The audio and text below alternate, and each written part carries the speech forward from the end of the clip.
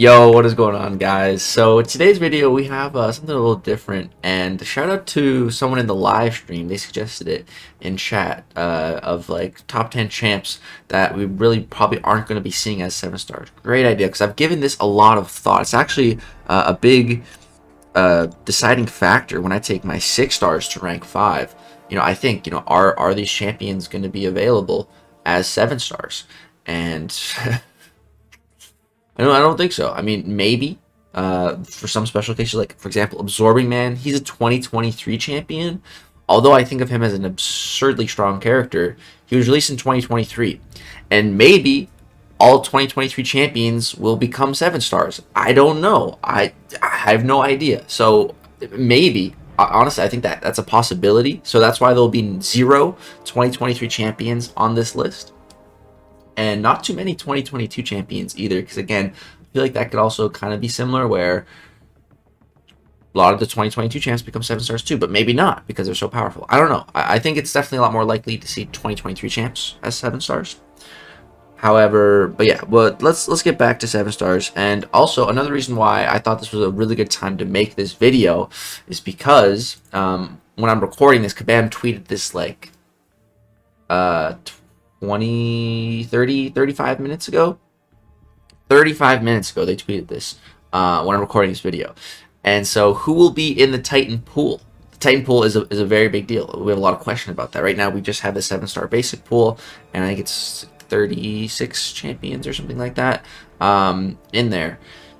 And it's very limited. So the Titan pool is going to have completely different champions. There's going to be 0 champions that are currently in the basic that will be in the Titan pool. Will be all different champions. So we're about to get a ton of information here.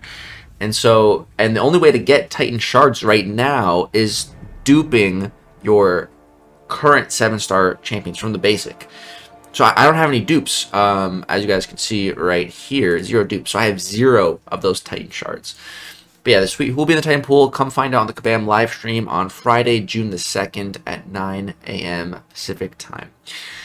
So I feel like, yeah, this was like the perfect time to make this video, because I could totally be wrong, which would be interesting to see if I am wrong. If any of these champions on this list is in that pool, I will be very surprised, but happy, because I'm a big fan of most of these champions.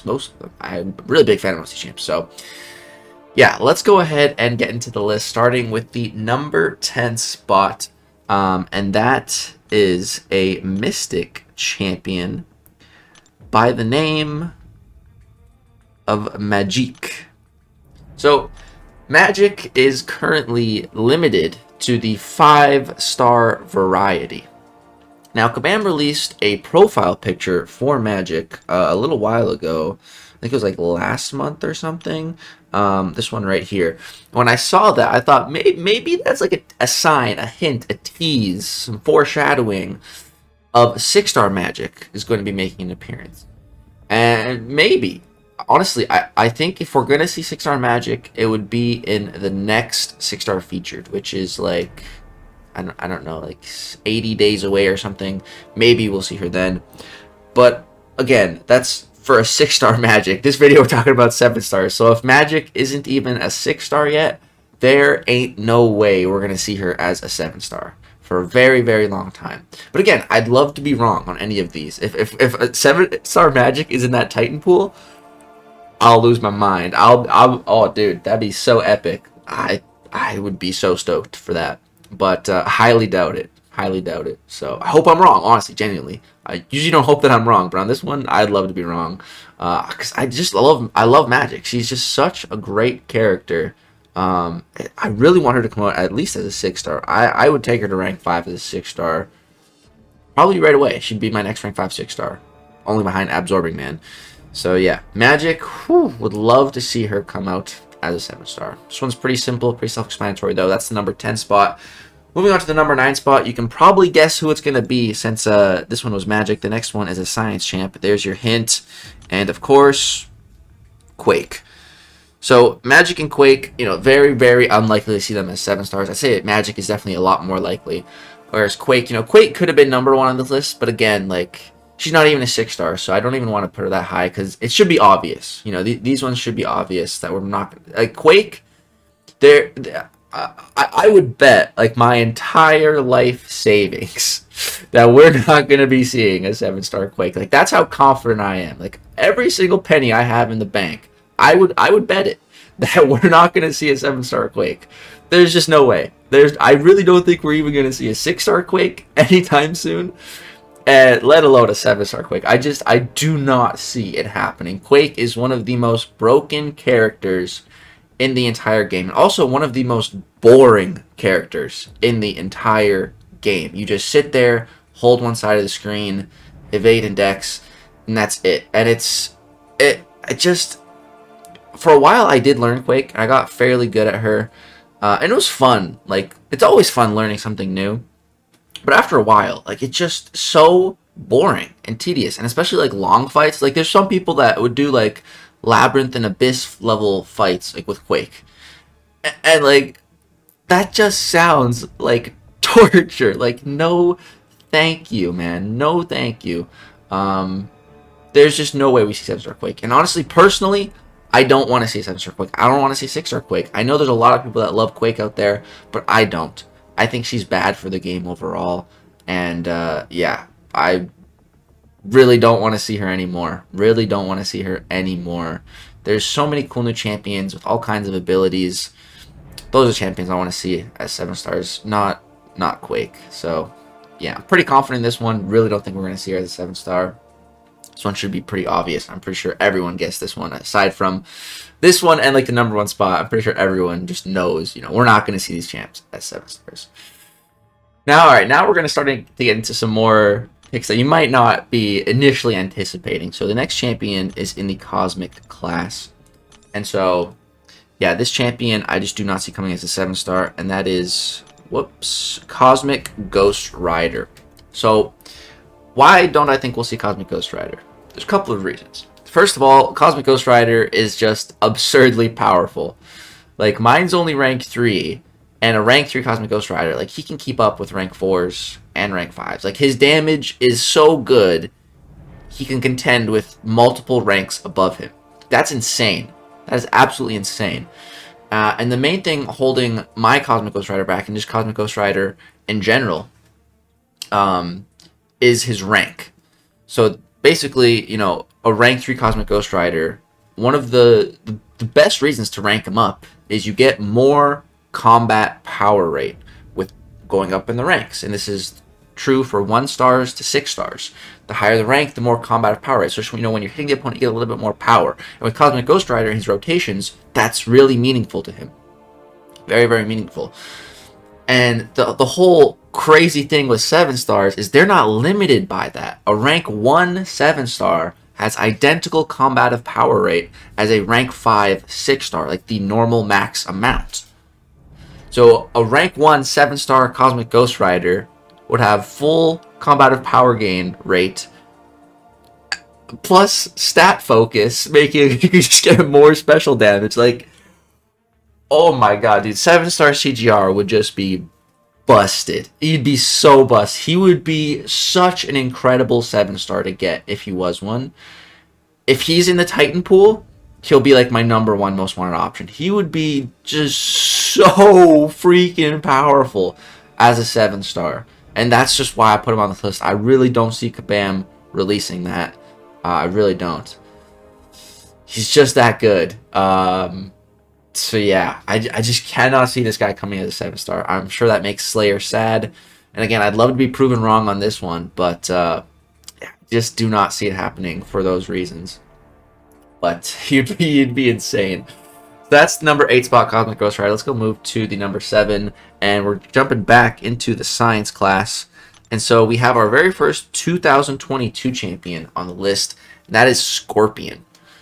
And I think he's actually the only 2022 champion on the list. So why Scorpion? Well, I genuinely think, and I've said this quite a few times now, I recently just took Scorpion rank 5, and I think it's the vast majority of the community agrees with this as well. It's just that Scorpion is the overall best Science champion in the game. He is just an absolute Swiss Army knife of damage and utility. Like, normally, you know, a character has one or the other. Like, really good damage, but it's usually just really good damage. It's not like selectable damage, but Scorpion has really good damage, and you can change it. You can choose between Poison and Shock, which is great, 2 damage sources, but also Rupture, which the only champion in the entire game that is immune to Rupture is Scorpion himself. So he has a damage source that no one other than him is even immune to. So he's pretty much viable in any scenario, as long as, you know, he can apply debuffs as long as they're not being shrugged. And then, on the flip side, the same thing with that damage, you counter it with the utility. Switching your damage also switches your immunities. Again, the only champion in the entire game that can access Rupture immunity. That is so good, it makes him a viable spot counter, just because spot's damage, you know, is physical and Rupture based. So yeah, it just ends up being a hard counter to spot, just based off that alone. Such weird and cool interaction for Scorpion.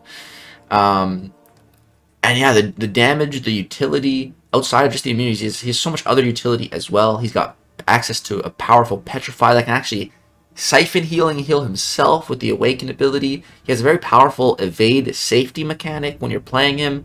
It also is really annoying to fight against on defense. He's also got Taunt. He can block unblockable specials with the Taunt, again, with that signature ability. Scorpion's signature ability is so powerful. And the best part about Scorpion's signature ability, and this is a really key factor in why I don't think we'll see a 7-star Scorpion, is Sig 1. Sig 1 Scorpion or Sig 20 Scorpion, you know? That's it. That is all he needs. And again, same kind of thing with Cosmic Ghost Rider, just like an unduped 7-star Cosmic Ghost Rider. That's all you need. He does not need the Awakened ability, let alone like Sig 200. So, yeah, for those reasons, especially with the Sig and just how powerful Scorpion is, I just really, really highly doubt we're going to see Scorpion come as a 7-star. He's just too powerful. He is just too freaking powerful.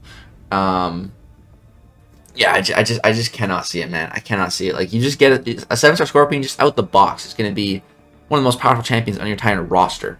Then if you awaken him, you get all that goodness from the signature ability, low sig. Like, that's it. He's good to go. Like, I can't see it. I can't see it. Again, on this one, I would absolutely love to be wrong. 7-star Scorpion would be so sick. But at the same time, I don't really want to be wrong on this one because I took him to rank 5.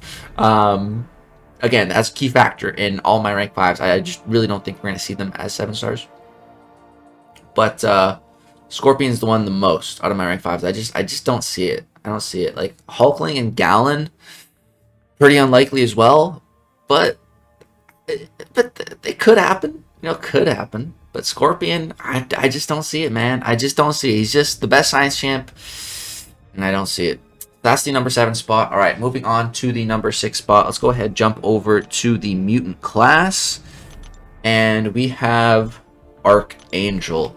So, Archangel, man, he is a champion that has just aged like the finest of wines in the contest, man. Back in the day, it was 2017, I think, that he came out. Was it 2017? Yeah, 2017 this guy came out, man. That's 6 years ago. It was a triple mutant month. Psylocke, Iceman, and Archangel. And, like, back then, Poison and Bleed immunity were the most common immunities in the game. This was a much, much simpler time. You know, Iceman introduced us to Incinerate immunity. He was the first ever champ to introduce us to that. And that was like a really new thing. Like, that was the start of like seeing other immunities. But, you know, back in the day, it was mainly Bleed and Poison. You know, if you look at the masteries, which, you know, we haven't seen a new mastery in more than 6 years. There's the Suicides. It gives you a Bleed debuff and a Poison debuff. You know, if there was masteries made for today's era, you know, maybe there would be a different version of that with like Frostbite and Shock or weird stuff, right? But it was Bleed and Poison, because Bleed and Poison was just the go-to immunities, the go-to effects in 2017. So there's a lot of champions back then that were immune to Poison, fewer champs immune to Bleed, but then when, you know, when it lined up for Archangel, he shredded them. As time kind of went on, we saw Blade, who kind of changed the contest, and after Blade, they didn't want to directly nerf him, so what they kind of started doing was introduce weirder pseudo type of immunities, especially with bleed. For example, Corvus Glaive. He's immune to bleed, and when you knock him down, he gets rid of the bleed. Another example of this was Iron Man Infinity War. When he has the armors, he's immune to bleed. When he doesn't have the armors, he's not. So we started seeing a lot more bleed immunity. I think it was to counter Blade back in the day. But what that also ended up doing was kind of mess with Archangel, because, bleed's his thing. And I'd say Archangel kind of fell off for a while. And this was especially true when Alliance War had hidden defenders. So there used to just be a question mark on every fight. You didn't know who it was until you went into the fight. So that really lowered Archangel's, viability, because you could bring him into a matchup and they're immune to bleed or poison. Now your Archangel's just a dud. He's not really going to do anything for you. But once that changed, once the Alliance War map was revealed, and originally it wasn't supposed to stay revealed, it was supposed to just be like for a season, I think, but it ended up staying permanently revealed, and that was just a massive game changer for Archangel, because now you can see, okay, this path, Archangel will melt everything. That really opened up the door for Archangel a lot more, and I think that's really when we started to see a resurgence of Archangel in the contest. And then we also started seeing just a lot of other immunities come out, especially shock. At one point there was an update. They retroactively added shock immunity, like a bunch of older characters like Electro, Jane Foster, Thor, and some others. And we started seeing this with new champs as well, just new obscure immunities. We started seeing like armor break immunity, nullify immunity, like all kinds of other stuff. And they started to really shy away from the straight bleed and poison. Of course, we still had champs coming out that had immunity to bleed and poison, but it wasn't nearly as common as it was way back in the day. So again, that was another factor that made Archangel a lot better, because a lot of these newer champions are susceptible to bleed and poison, especially if they're not in the tech class. It's rare for a champion to be immune to both of those.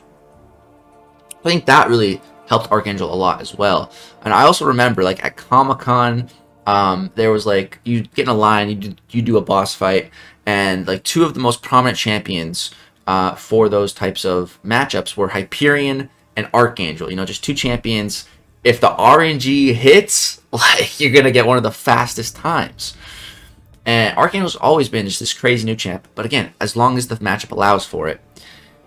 And Archangel, like I said, he's just aged like an absolute, some of the finest wine in the entire contest. Everybody loves Archangel. Everybody knows how powerful he is. One of the best Battlegrounds champions in the game. He's just so freaking good. He's probably one of the most banned champions as well in Battlegrounds, I'd say. He's probably like on the top 10 list of most banned champs, because he's just that powerful. So I really just don't see him coming as a 7-star for all those reasons. He's just such a powerful champion, such a relic, such a powerful relic of the contest, and I just don't see him coming as a 7-star. Because even Unduked, right out the box as a 7-star, the damage would just be off the freaking charts, man. The damage would just be insane. It would just be bonkers. And then once you get him awakened, low sig is, again, low sig all you need for Archangel. And you just need him awakened to get the heal block from the having one neurotoxin.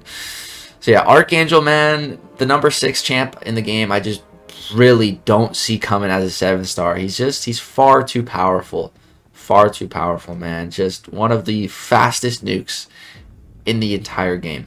That's Archangel. And a little history lesson for you guys in the contest for Archangel there. I know not everyone has been playing the game for like 6 years. I find it really interesting to tell these stories and to just reminisce on the old days of the contest. I don't know. It's the good old days, man. All right, let's go ahead and move on to the number 5. We're in top 5 now. Champions I just do not see coming as a 7-star, and that we got to head over to the Mystic class. And we have a champion for a very long time has been regarded as the best Mystic champ in the game, and that is Dr. Doom. The really funny thing, though, about Dr. Doom, man, is that when he first came out, when Dr. Doom first came out, people were disappointed. People were disappointed in him, man. Honestly, myself included. Myself included. He just didn't. Same thing happened with Corvus Glaive when he came out, man. Like, people just didn't realize how good he was when they first came out. And I think the thing that kind of revolutionized Dr. Doom and his place in the contest was all thanks to Dork Lessons, Dorky Diggity Dave. He made a video talking about the Doom cycle, which I'm positive you guys have heard of the Doom cycle. He came up with that way back in the day, and that just completely changed everything when it came to Dr. Doom. And once people started picking up the Doom cycle, again, myself included, like, we soon started to realize this dude's actually really good. And also, I think the reason why Dr. Doom kind of just flopped when he first came out was just because he doesn't have big, flashy yellow numbers. And everybody and their mother had been anticipating the arrival of Dr. Doom in the contest for a very long time. Dr. Doom, very fan-favorite character, extremely powerful character in the comics.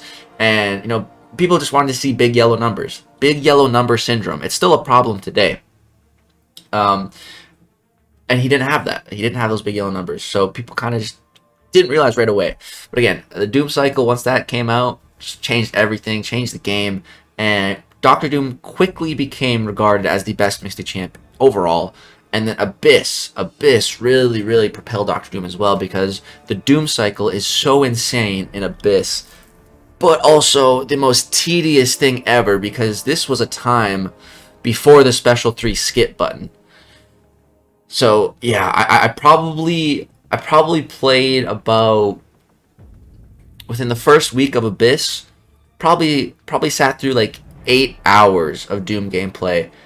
Think about that. 8 hours of playing Dr. Doom.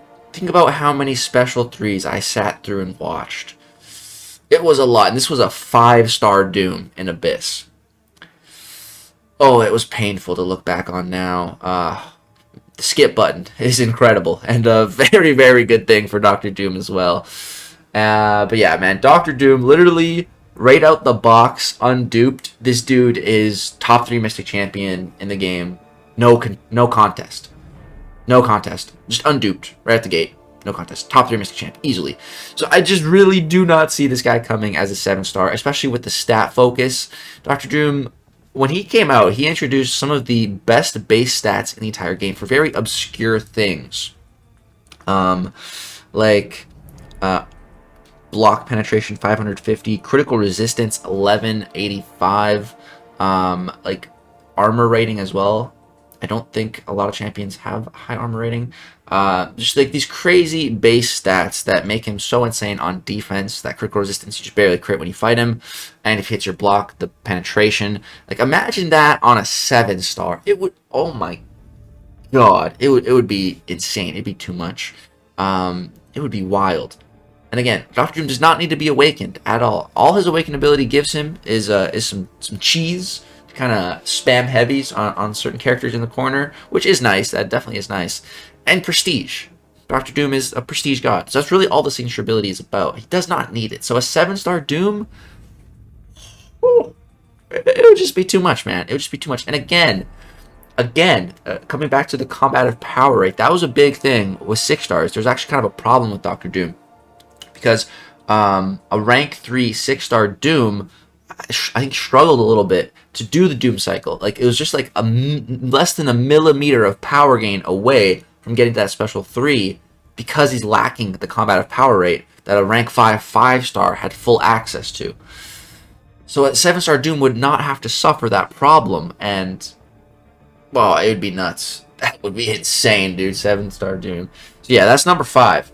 Alright, this is getting juicier and juicier as we go. Alright, number 4. The 4th champion that I just really do not see coming as a 7-star, and that is Nicholas J. Fury. This guy is one of the most uniquely built champs in all of MCOC. It's crazy. It all stems from that signature ability, this life model decoy. The great thing about Nick Fury is all he needs is Sig level 1. I've recently taken my Nick Fury to Sig 200, and let me tell you, it is incredible. Highly recommend. Highly recommend Sig 200 on Nick Fury. But definitely not needed. All you want is access to this awakened ability, giving you a complete second life. The ultimate safety net. A complete second life. Insane. And where this is most insane, the only problem with this is that's a one-trick pony. Nick Fury's a one-trick pony with this. You know, you go into a quest, you activate it once, that's it. Your safety net's broken. Your LMD's gone. That's it. But in the most competitive and the best game mode in the game, in my opinion, Battlegrounds, you only get one fight. So a one-trick pony, like Human Torch, like Nick Fury, is just absolutely perfect for Battlegrounds. So just a 7-star Nick would just be so insane. It would just be ridiculous. Having to fight through 2 lives on a 7-star Nick Fury, that would be nuts. Think about all the block damage as well from a 7-star on that special 1, or if he just throws in some blockable. But yeah, oh man, 7-star Nick would just be wild. He would be such an animal. Those bleeds, oh yeah, man. I do not see it. I really do not see Nick Fury coming as a 7-star, man. I don't see it. Yeah, that one's pretty simple. All right, let's move on to number 3. Again, this is another simple one. That's the tech class, and that is Ghost. So Ghost, for a very long time, held the title of the absolute best champion in the contest. She held it for a while. Ghost, just insane. And it's a very interesting story. So I vaguely remember at a Comic-Con talking to Kabam about this, and apparently the guy or girl, I don't know, that made Ghost, it was like one of their first and like only champions really that they made, and like after they made Ghost, they left Kabam. So some Chad just comes in, makes the most busted champ in the game, and then leaves the company, and we craziness, and we got her. We got this crazy busted champ. Now, Ghost is a prime reason why Kabam wanted to make something, excuse me, like the rebalancing program. Because Ghost is just insane. She can phase any damage over time debuff in the game and become completely immune to it. She has access to her phasing, which can, if you're good with Ghost, you can create your entirely own playstyle with her to completely avoid parrying, baiting heavies, you know, trying to risky intercept to get openings. No. You just dash back phase, they hit into you, you counter. Again, kind of similar to Quake. I'd say it's a lot more fun than playing Quake, but just Ghost completely negates the regular combat controls of a fight and just does her own thing. And then, not to mention, you know, guaranteed crits when she's phasing, guaranteed crits on specials. These guaranteed crits also counter evade, so that's a nice piece of utility. And just also, not to mention, it makes her one of the most suicide-friendly champions in the entire game. And she already had crazy damage, guaranteed crits. Tack that on with the recoils, and it just became insane. And then again, tack that on with her synergies. With Wasp, she can have unblockable specials, so you can just throw that anytime you want. Guaranteed crits, counter evade, unblockable, countering auto block. And then with Hood, you take no damage while phasing. So you can phase through recoil, you can phase through opponent special 3s. Like, it's just insane. Ghost, just so bonkers insane, man. She held the title of just best champion in the game for a while. I mean, her and Quake kind of both held it, but then, you know, Quake was limited to the 5-star variety, and Ghost came out as a 6-star. So a 6-star Ghost over 5-star Quake all day long, in my opinion. And yeah, I really don't see Ghost coming as a 7-star for all those reasons. And then not to mention her awakened ability, which would be trickier to get on a 7-star, especially to a high sig. But you don't need max sig. It's still extremely useful at like sig 50, 80. Just getting more power gain when you take hits into your miss, which then gets you to your specials faster, which, like we said, are guaranteed crits. And with the Wasp energy, unblockable. And then pair that with the tech boost, and you just have one of the most broken mechanics in the entire game. which I definitely utilized my fair share of in plenty of Alliance Wars, Legend runs, all kinds of good stuff. Ghost was insane. I think she got me my Legend runs for Act 6. She was a big part of that. Helped me get my Weapon X that I still have today at rank 4 and use in Battlegrounds. So yeah, man, Ghost, just insane. One of the most insane champions to ever exist. And then Kabam did something that just completely surprised me. I never thought they'd do, but they did it. They made Ghost 2.0. Ghost 2.0, who is that, you might ask? Is that Viv Vision? Hell no. That's Kitty Pryde, man. Kitty Pryde is Ghost 2.0. She's the better version. I think Kitty Pryde is superior to Ghost. Why do I think that? Well, the crazy thing about Kitty Pryde is she takes all of Ghost's craziness, especially from her synergies, and just puts it into her base kit. You know, like we just talked about with Ghost, she needs a synergy to have those unblockable specials. Well, Kitty just needs to have 10 of her prowess, and her special 2 is unblockable. Not only is it unblockable, though, it's passively unblockable. Kitty can have, she has all kinds of debuffs and buffs in her kit. Yeah, debuffs and buffs. But when she's phasing, she turns these debuffs and buffs into passive effects, which obviously are much, much better than the buff version. Because passives, you know, can't be nullified or, you know, give power to Mystic Dispersion or that kind of shenanigans or get messed up by nodes. So she can just turn all that stuff into passive. So she can get the unblockability that Ghost needs a synergy with Wasp to get. And then what is Ghost's other really powerful synergy? Well, that's Hood. With Hood, you take no damage while phasing. Well, Kitty, with her Awakened ability, takes no damage from phasing. What that essentially means is, a good way to think about this is when you're playing Kitty. When you have your phase active, you can literally think about it as an indestructible passive. Indestructibility is one of the most powerful abilities in the entire game because you're indestructible. You just don't take damage. Nothing can do anything to you. That's so good. And with Kitty's Awakened ability, anytime you're phasing, you have that.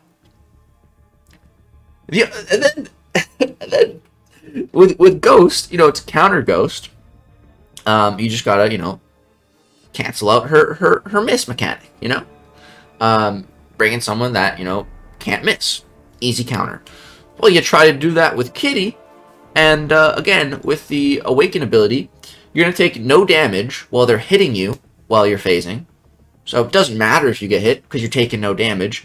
It also pauses your phasing if you get hit, if they're actually hitting you while you're phased. And with the signature ability, you also get more defensive combat power rate while being hit. So you can, she counters the counters to her, and it's just bonkers. It is just absolutely bonkers. And I came up with an even crazier way to play Kitty, with a little bit of a play on, again, call back to an earlier part of the video with Dr. Doom. Dorky Diggy Dave came up with the Doom cycle, which has to do with a special 3, pushing your opponent's special 3, then power draining him, and then, you know, getting to another special 3, and keeping that loop going. So with Kitty, though, I came up with a bit of a spin on that strategy, and that's with her special 3. You see here, it pauses your phasing for extends to 4 seconds if you use your special 3 while phased. 4 seconds doesn't sound like a lot of time, but in a match, in an actual fight, that is a very, very long time. 4 seconds. So the strategy is just get to your special 3, push your opponent to their special 3. You can use your special 3 to do that. And then you're just indestructible for 4 seconds. 4 seconds, that's a very long window for your opponent to activate their special 3.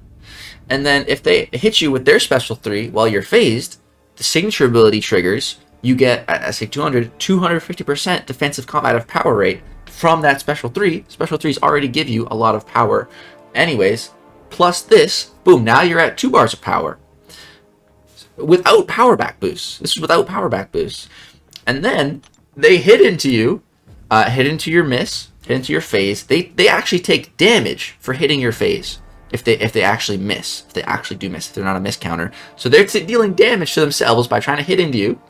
They're also giving you more prowess. Then you throw the special, and they just die. And you're just indestructible that whole time. Like it's just so busted. It's just so overpowered. Kabam has said that they wanted to nerf Kitty. You know, if the rebalancing program existed before, you know, Kitty came out, they definitely would have made some changes. And it makes total sense because she's one of the most busted champs in the entire game. Literally Ghost 2.0. After Kabam made Ghost, I never thought they'd make that mistake again. But they did. And I love it. She's one of my favorite champs in the game. She's just incredible. And that's why I don't think we'll ever see Kitty as a 7-star. I'm very confident in that one. Like almost as confident as in Quake. I just really do not see Kitty Pryde coming as a 7-star. I really don't. Now, before we get to the #1 option, which you guys already all know who it is, let's do a little bit of an honorable mention and jump back to the science class. And that is my boy Human Torch. So I didn't include Human Torch on this list. Perhaps I should have. Maybe I should have. But we're doing an honorable mention anyway. So yeah. Again, similar thing to Archangel. Human Torch. Even when Human Torch came out, man, people were hella sleeping on Torch, man. I made so many videos trying to convince people that he was a god tier champion. And people started getting mad, dude. They're like, dude, stop uploading Torch videos. He's not god tier. But I didn't stop. I did not stop. And then Abyss came. And same thing that happened with Dr. Doom happened to Torch in Abyss. You really got to see the power of Human Torch in Abyss because against Mystics, his smolders could stack up very high in these long fights. And the more smolders, the more damage. And that pre-fight is just insane. Really shined the spotlight on Human Torch. And everybody's loving Human Torch ever since Abyss came out, which is fantastic. I absolutely love to see it. Everyone loves Torch. Everyone highly rates Torch now, which is fantastic. I used to think of him as the best science champ in the game, but again, now that we got Scorpion, I don't think so anymore. But Torch is still like insanely powerful, and by far the best thing about Human Torch, and kind of the worst thing, is his Awaken ability. You know, the best thing is that he just does not need it. The worst thing is that his Awaken ability is just garbage, and it should be a lot better. But yeah, this Awaken ability is absolutely, essentially useless, especially in Battlegrounds. It is useless. Like, Undupe Torch or C200 Torch makes 0 difference in Battlegrounds. So, like, Torch as a 7-star would just be bonkers. Because he does not need to be awakened. So just right out the crystal, he's doing everything you need him to do. At 7-star level. So yeah, I just really doubt we'll see Torch. But alright, let's go get to the #1 spot. This video has been going on for half an hour. This was supposed to be like a 20-minute video at most. But I started rambling. And #1 champion we'll never see in the game as a 7-star, and that's Hercules. I don't even need to explain here, but I will. I'll still ramble more. So, Hercules is pretty much undisputedly the best champion in the game. And I agree with that now. And I mean, I have agreed with that for a long time. My only counter argument to that was I think it's pretty close between Hercules and Kitty.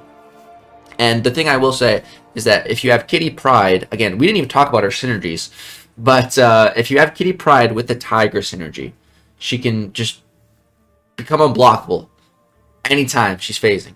If you have 10 prowess, that is one of the best and most powerful synergies in the entire game. And no one and nothing will ever convince me otherwise. Because think about that. You can become unblockable while you're phasing, which aka you're indestructible. So you're indestructible and unblockable. Nothing can stop you with that synergy. It's just insane. So I think Kitty with that Tiger synergy can rival Hercules. But this is not the video for Kitty versus Hercules, so I just wanted to say that. But Hercules, yeah, undisputed best champ in the entire game. Base level, no synergies, no nothing. It's Herc, 100%. Why? All because of this signature ability. All stems from the signature ability, which is the Son of Zeus. Once per fight, and again, this is not a thing like Nick Fury where it's once per quest. It's once per fight. So, you know, 10 quests, 10 fights in a quest, you can trigger your immortality 10 times if you don't die in that quest. If you revive, you can still go back in and trigger it again. And that's really become a strategy. a main strategy that I utilize as well for clearing the most intensive end game level content in the game right now, which was Eternity of Pain that we saw at the start of the year 2023. We saw the debut of the Korean Challenges Volume 3 corresponding with that quest, and the strategy was just use Hercules. Even for the objectives, you use Hercules for the first 4 fights, then swap them out, bring an objective champ to finish. And it's just absolutely insane because all you need is the little 20% revives, go in, trigger your immortality. While you're immortal as well, with that immortality, you're also unblockable, which again, being indestructible and unblockable at the same time, that is insane. And while you're attacking the opponent, while you're immortal and unblockable, it pauses the immortality timer. So you can prolong this. And when you throw in special attacks, it's also paused during the special attacks. So you can elongate this even more. And it's just insane. It is just bonkers insane. Just nuts. It is absolutely nuts. And the special 2 also has a really nice guaranteed stun. A long stun as well. 3-second stun debuff, 100% chance. So you can just stun lock opponents, especially if you can get some kind of increased power gain or throw in a cosmic boost. Just stay unblockable, keep cycling combos, keep throwing special 2s, keep them stun locked. Like, it's just freaking insane. And that's just his awakened ability. That's just, and the rest of Hercules' kit is also fantastic. I don't think it's broken or too crazy, but it's really, really solid. It's really, really solid. Like, even without the signature ability, Hercules would still be a really great champ. Because, you know, he has access to precision buffs, which doesn't give him guaranteed crits, but it can really highly increase that crit rate. He can also access to cruelty buffs, so you special 1, then you special 2. Now you got almost guaranteed crits, and you're really increasing that crit damage, which works fantastic together, especially pair that with the big special 2, and then the stun, and then a big combo. He also has Infuriate, which can manipulate the opponent's AI, and the whole thing with Hercules is trying to build his feats. The main way to build his feats is with intercepting. So, you know, you make your opponent more aggressive, it makes intercepting much easier. You'll see people play Hercules at the start of Battlegrounds fights. They'll get that Infuriate active, and then they'll just dash back light, dash back light, dash back light, dash back light, dash back light, dash back light. Boom, there's 6 intercepts in a row, 6 feats of strength. For every feat of strength, you deal additional damage. I think it's like 10%. And Hercules can reach a max of 12 feats of strength. So you can, your secondary damage at max feats of strength becomes even more damage than your regular hits. So now he has both these damage sources paired with these crits and these big crits, and then paired with his immortality, and you just get the most broken, busted champion in the entire game that Kabam literally has to build content around. Hercules is the epitome of that guy, the most Giga Chad character in the game. I mean, just look at this guy. He's ripped. And that is Hercules, the #1 champion that we will never see as a 7-star. We'll just never see it, man. And I'm sure you guys already all know that he was going to be #1 on this list. That is going to do it, guys. It's a 45-minute video. Well, hope you all enjoyed. I'll definitely be sure to put in some timestamps so you can skip to whichever part you want if you don't want to hear me ramble on about a certain character or their history in the contest. But yeah, guys, that is going to do it for this video. Let me know if there's someone I missed. And also let me know who you guys think are very likely to be 7 stars. Let me know any of your predictions for that Titan pool. I can tell you guys a couple predictions right now. So a couple champs I was thinking would maybe see as 7 stars. Null. I think Null would be a fantastic 7-star. He's a very, very, very powerful champion. But you really want that high sig. So I think that would kind of balance Null out as a 7-star. You know, not being able to really have immediate access to those high sigs. 7-star sigs in general.